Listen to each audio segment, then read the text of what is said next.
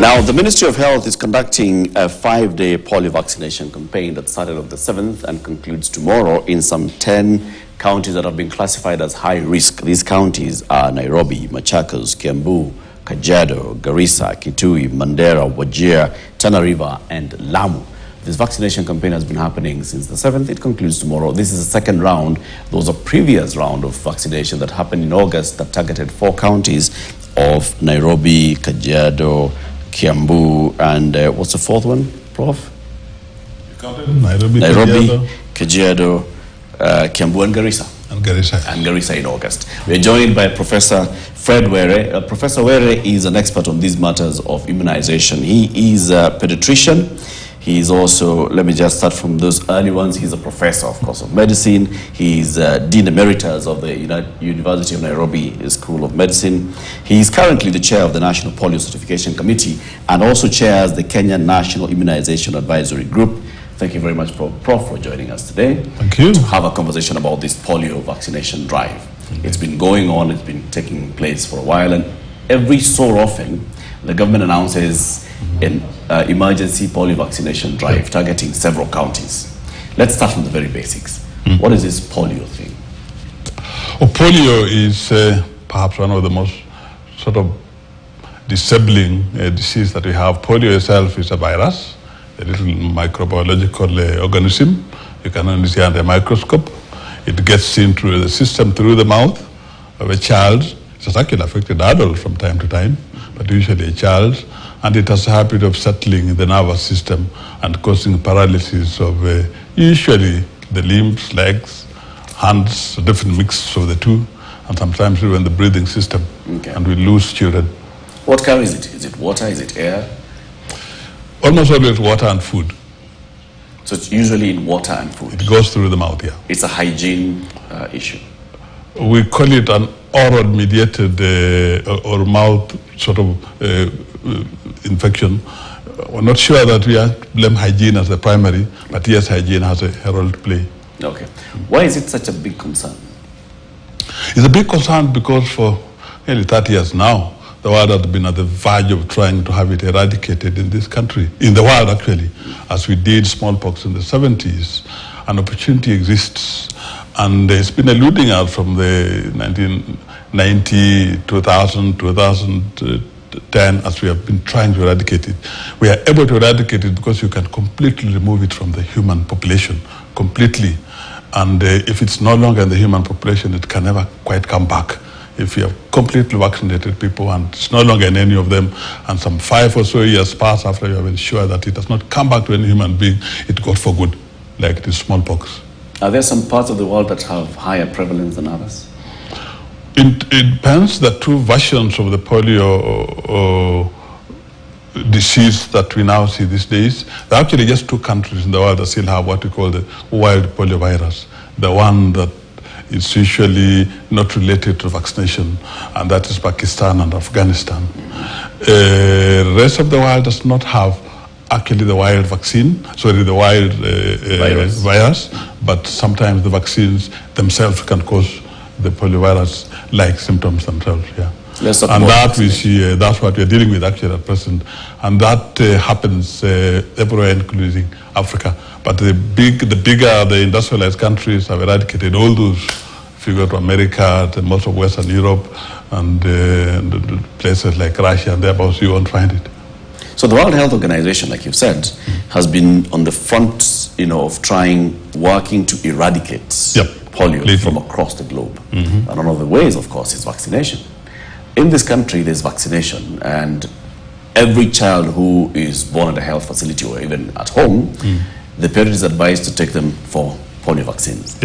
At birth, there's the first polio vaccine that's administered. Another one is administered at 6 weeks. Another one at 10 weeks. Another one at 14 weeks. So within the first 14 weeks of a child's life, they have already received 4 of them, rounds of vaccination. But it's still an issue. Why? In fact, within the first of those months, it received actually a 5th one, the injected one that we give, and I'll explain about that later at 14 weeks.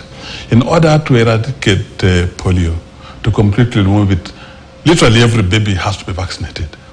As long as there still exists a number of babies, whatever small number they are, that are vulnerable, that's what you call immunity.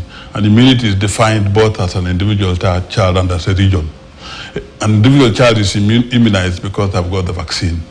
A region is immune because every child is vaccinated. Must it be every child, like 100% coverage? We prefer 100% coverage. The argument is that if you achieve some 95% or so, then those that are unvaccinated are so few that the concept of what you call herd immunity protects them. But we prefer all of them to be vaccinated. Why do you want to spare the 5? So in this country, what are the statistics of vaccination, especially these first 15 weeks, in terms of the children that are born and those that get these 5 vaccinations? In this country, we are around about 80% for the oral ones up to the 14 weeks. 80%? About 80. Of course, we want 90 plus. Sometimes we swing between 80 and 90, but we want to be consistently at 90, not just as an average for the country, but for every sub-county. It's not enough to just find that Kiambu and Busia and somewhere else are having 100%. Therefore, when you do the total arithmetic, you find that we are crossing 90%. But for that, targets are both national and sub-national. And as long as one area is still at 81 and the rest and some other areas, then that area is not fully immune. And therefore, that's where the outbreaks start coming. So if you go down to the counties you counted, you'll find that the ones who are flagellating below 80, when the ones we are not counting have gone towards 90. But Prof, 20% is a very high percentage to miss. Yep. Why do we miss 20% of children in getting vaccination? That's a very high percentage. If we consider that on average from the data that we see in our statistics in our population, 1 million children are born every year. Yeah, 200,000 do not get the vaccination. That's very high. That is very high. And the factor that drive they're not having vaccination is another long story. We can sit and speak again and again, but it's worth saying. Most of them are related to really the fact that people must have the drive to go to the vaccines. In this country, we insist that children be vaccinated, but you can't drag them to go for vaccination. To me, the big one is that we have not had completely mobilized our population to accept and come to the vaccination. Not that they don't want. They have not been mobilized or given enough incentives. So it's lack of awareness? Lack of complete awareness. A lack of awareness? Yes, there will be other 60 years into independence, Prof. And with all the access to information that we have, there's still a possibility that 20% of our children, that means almost 20% of parents, are not aware that they need to take their children to immunization? I don't think all the 20% are not aware. Some are aware. Other forces of their social lives make it difficult for them to access vaccines, so they're present. A small number know, but don't go. But that number is rather small. We make heavy weather of those who refuse vaccination, but that's not a large number. Most of those who don't go are other social reasons, maybe economic, inability to reach where we have provided the vaccination, those sort of things. So before I even spend energy on those who don't want for other reasons, be they religious or that, the point is just that the majority of those, the 20% that are not accessing, is something to do with our communication, our influence of the social behavior and interest in vaccination, which is partly our duty. Our duty not just as medical people, all of us who are in the society, both of us sitting here, we have an obligation to inform our people. Let me look at these 10 counties, for example, that are targeted in this 5-day. Nairobi, Machakos, Kiambu, Kajiado, Kitui. Then we're going to Garissa, Wajir, Tana River, Lamu. More than half of these counties are actually urban and peri-urban counties where you expect that access to information and access to health facilities and health services would be much higher. But you're saying that some of these counties that we see these continuous drives are where we have a lower than 80% coverage in immunization. Explain this, especially for Nairobi, Kiambu, Machakos, Kajiado. Let's pick the pathway of the rate of immunization. There are other reasons, but let's pick that one. Because that's the biggest point, that the region, the county is considered at risk because it's not properly immunized. The factors will differ. I don't think that we know them all. if you come to Nairobi, distances to health facilities may not be the issue. We don't think that's a big issue. Other economic pushes, other social interactions between within families, and that might be coming into play. We have done lots of studies of reasons why vaccination coverage is not reached where we want. What are the factors which are affecting missed opportunities, as we call it? Some of them are ourselves, medical people. We have to own up that someone has come to the facility and for some reason I've not given them, either because I felt they're too sick to get it, and we have very few reasons that a child shouldn't get a vaccine. The other reasons are just that our system is crowding, and a mother has other priorities of other babies. They haven't gone. We are aware of those tiny little bits of reasons. But I think the big point for me, our drive has not been really persistent, powerful, and strong enough to get our population to run with it. Why do you think this is so? You know, changing social behavior is easier said than done, and the more affluent a society becomes, the harder it is to be influenced by other thoughts. You see that in all aspects of our life, including be it political, or social, or cultural. So that's part of it, that people will reach a point where they think they know otherwise. But our feeling here is that the other sort of health system factors, as we call them, are probably still bigger in play, making sure that our services are sufficiently friendly to the population, that the population does not feel like they lose other opportunities when they're coming. That's one of them. There's a long list of things we are trying to do, more communication for the routine administration, especially before we come to the outbreak responses that we are doing. And that's often the tougher one, because we are asking a very healthy baby to be brought to the facility. Yeah. Many Kenyans get treatment very easily when they have a cough and a cold. But if you could drag them in for things that are not giving them symptoms, including my age mates who are not having their blood pressures checked so that they can be treated, that's always a trouble. It's not only in Kenya. In fact, the fight to move most countries which have moved from 80 to 90, we call it the fifth child, or the fifth vaccinee, has always been a big hurdle. That final one, you rise easily and get to 80%, and you can even stay there, swinging between 80 and 70. There's something about the last mile that is demanding from us a bit more than we're probably doing, and we're working on it. So compare these two. So the first, this mandated where a child is born in the first 15 weeks, the parent is encouraged to bring the child into the health facility for immunization, and the emergency drives where health workers come door to door to conduct. What is the success rate in terms of coverage of the door-to-door campaign?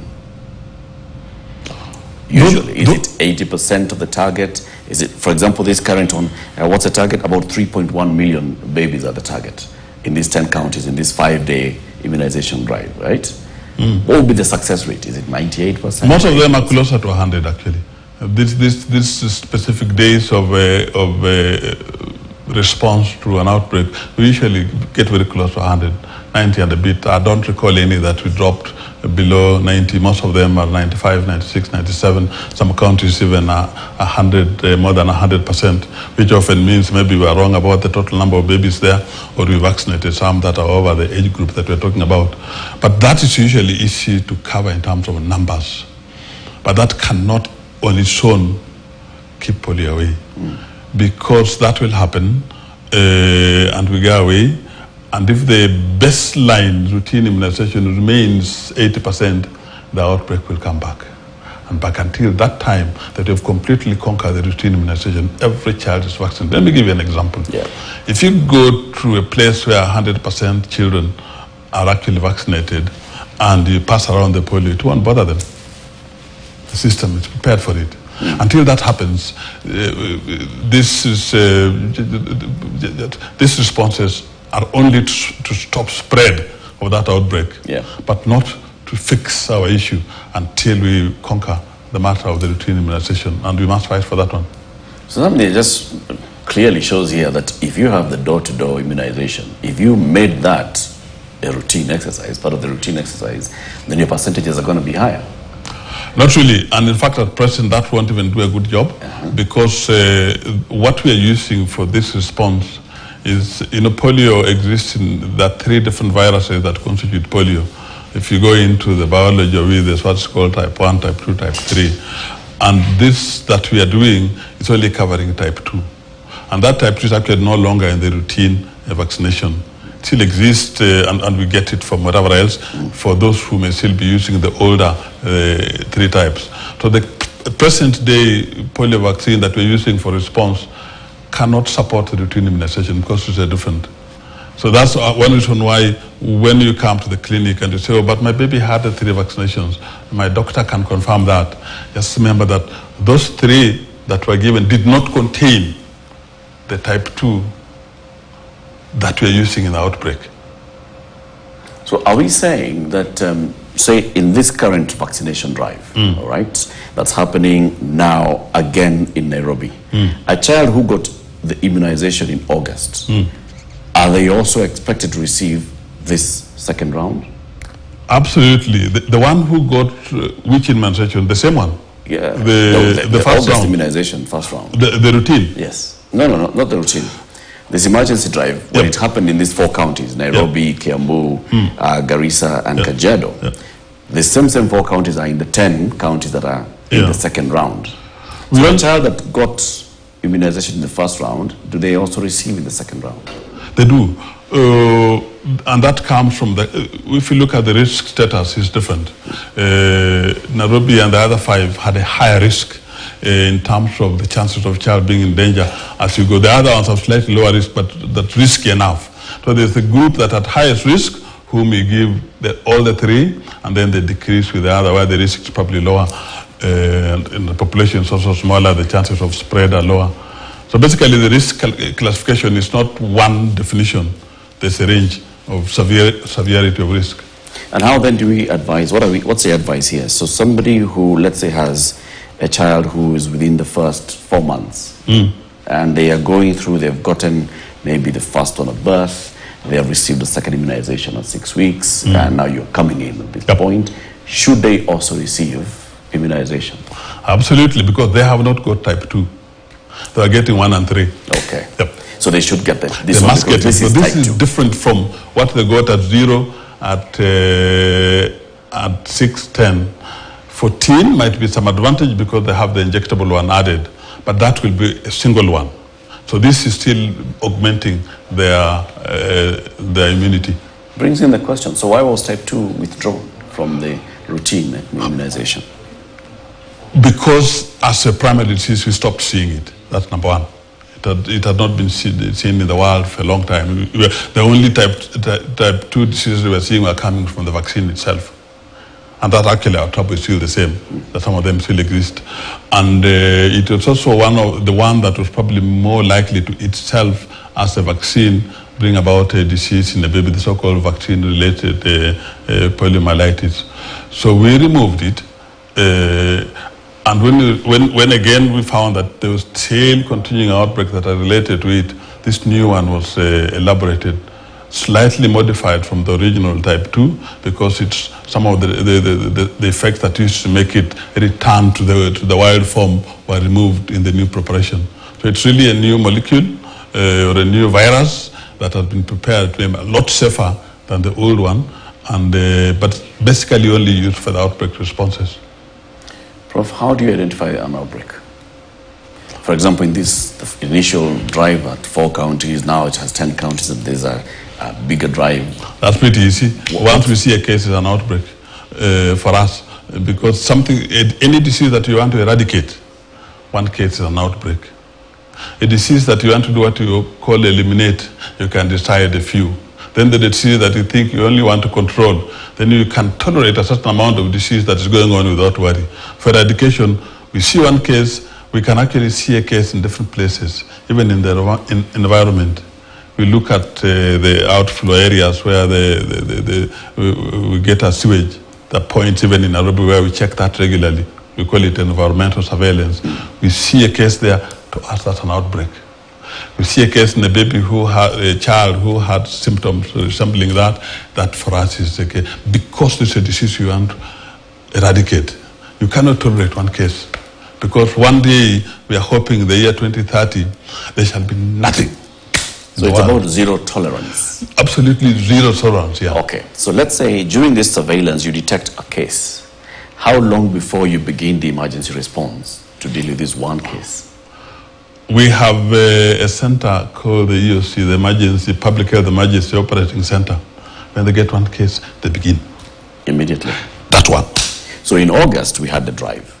Does that mean that you had detected something in earlier July? That August, yeah.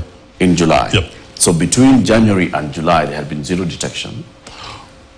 That's the assumption?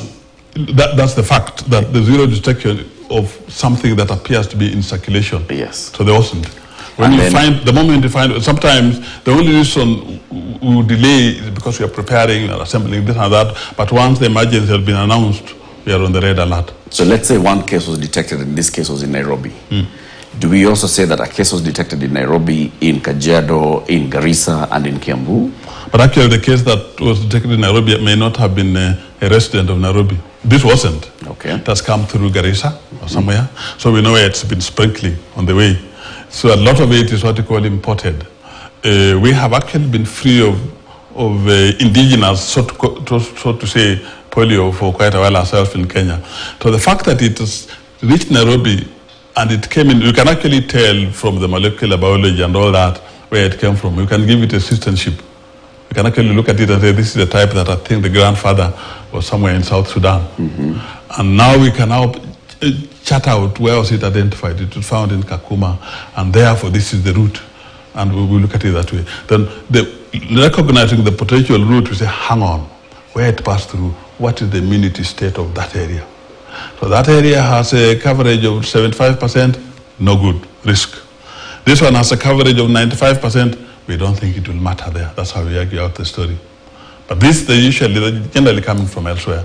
We know we are a friendly country with porous boundaries. Yeah. We can't throw away our neighbors, and we have a price to pay for that.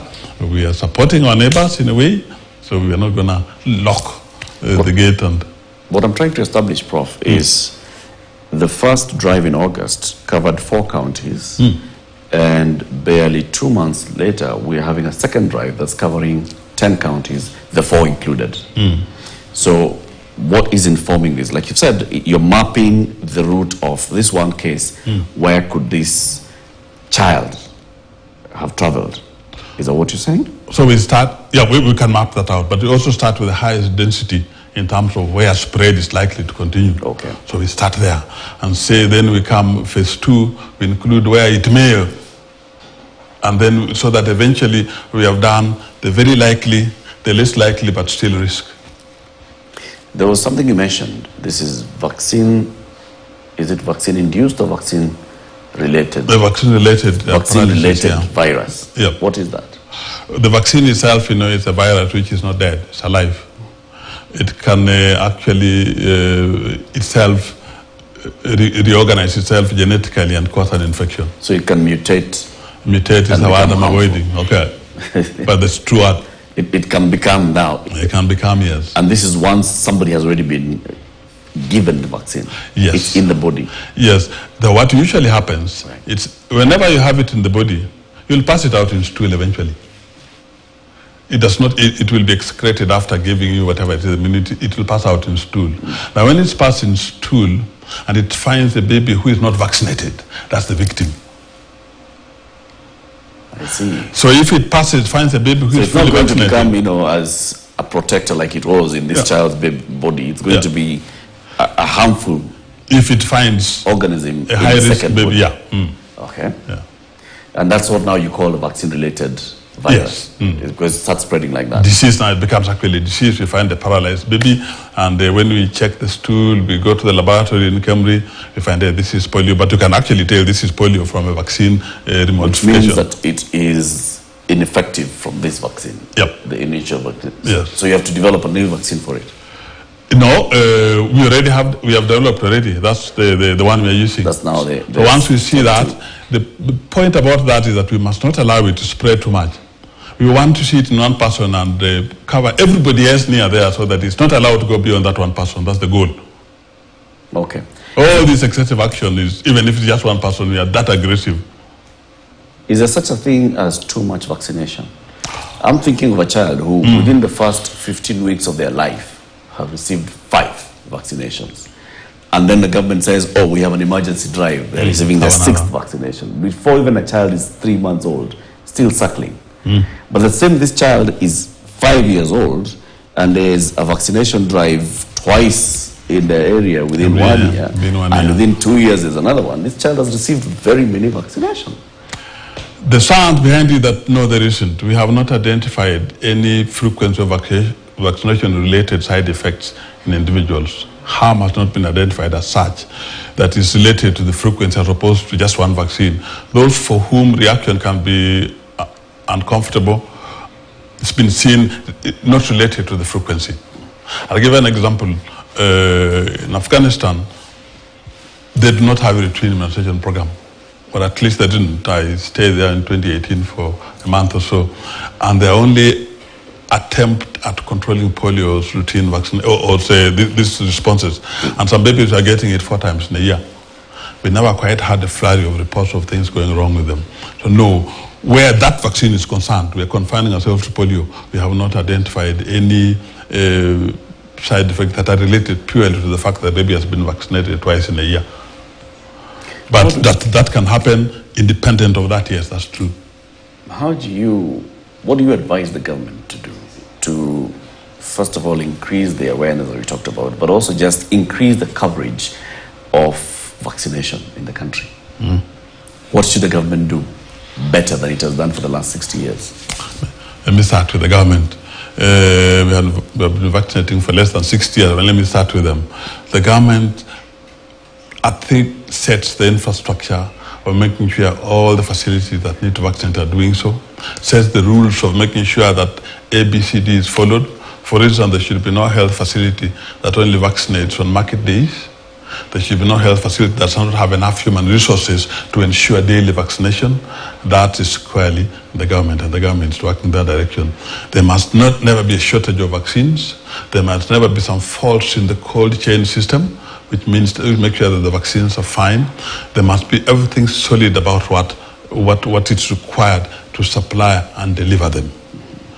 That's number one. The government also has a good say in popularizing the vaccines, making sure that its people are familiar with the value, insisting that safety is adhered to. As of now, actually, the government of Kenya has permitted the presence of a committee which I gave me the privilege of chairing, which counter-checks vaccines that come in. We respect the high-end manufacturers that come out there, but this was actually when we got requests from the religious organizations that we have to make sure we actually go and scrutinize and send it to our own laboratories, to other laboratories that we trust. So that's the government's duty. But the government can never escape the need to inform its people, including me. That's number one. But number two is the rest of us.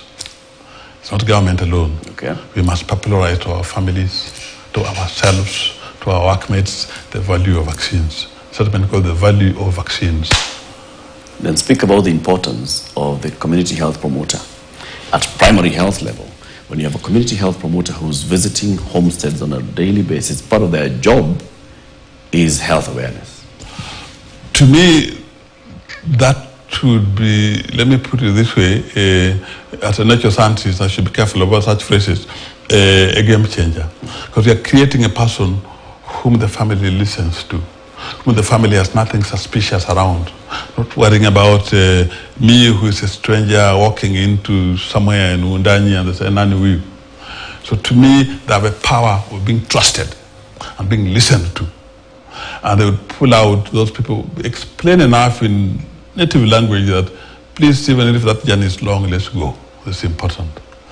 That is, without any other prejudicial thinking, a great thing for any primary health care that allows us to reach the villages. It can't be overemphasized. Yeah. Yep. It takes us a huge distance. And it's actually done even in other advanced countries. People actually home visitors. They're called different things. But we are also heading there because we are getting advanced as a country. So it's not a thing that people think is for the South. It's not for the poorer countries. No, it's practiced even in the most advanced countries. Home visitors, the places where a mother delivers, goes home, and the people go to see the baby daily instead of staying in hospital, if that can be done.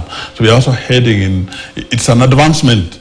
Don't look at it as us being cheap because we are not using the hospitals. That's actually a measure of affluence that we are trusting people to do it for us in the villages. Speak about now, let's go into the politics and conspiracy theories, okay? Those that say, every time we have, every so often within 2 years or so, we're going to have an emergency polio vaccination drive or vaccination drive, where this new people are going to be recruited to go around homes to deliver vaccine, whether they're calling it a polio vaccine or measles vaccine, whatever vaccine. And there are those that say this is just a money-making venture by people. Either it's big pharma that's promoting its push using these big international organizations that are funding our government, or it's just government which is looking for a way of spending some money. Respond. If we made sure all our children are vaccinated in the routine immunization program, polio, measles, DPT, all those things, there will be no outbreaks. That we have no doubt about that. As long as you make the population immune, outbreaks will disappear. No doubt about that. Outbreaks have disappeared in places like Syria hadn't seen outbreaks for a very long time because all their babies were vaccinated, over 90%, until the disruption that brought back a few outbreaks. There's no doubt in science that the only answer to this is ensuring that the primary immunization is followed to the letter. The outbreak just goes away. But Prof, you see, so that's where the war must be. At the community level, you professionals know that you've detected 1 case, 2 cases, and the goal that you have. But a community, a village, has not seen a case of polio for as long as they can remember. And now you're telling them, oh, we have an emergency, we have a polio outbreak. They're looking at you and thinking, you're just giving us water here, our baby, we give it water. And believe me, that's a serious challenge we have. A disease that has been so well controlled that it's no longer visible becomes harder to talk about as a public health concern. I agree with you, and that's one hurdle we are battling with. They have not seen, but you're still finding a baby every so often paralyzed from the vaccine-related. They're not everywhere like they were in my earlier years when I was a student in the 70s, because we saw them. Kenyatta Hospital had a ward just kept for them. So one of the troubles with public health, as the disease gets better controlled, public interest in it goes away. We have to keep them awake to it. And I can't blame them, they're not seeing it. It's me who knows that it can get seen again. So me and everybody else who converse into that gospel, we must tell them, no, you have not seen polio and you don't want to see it again.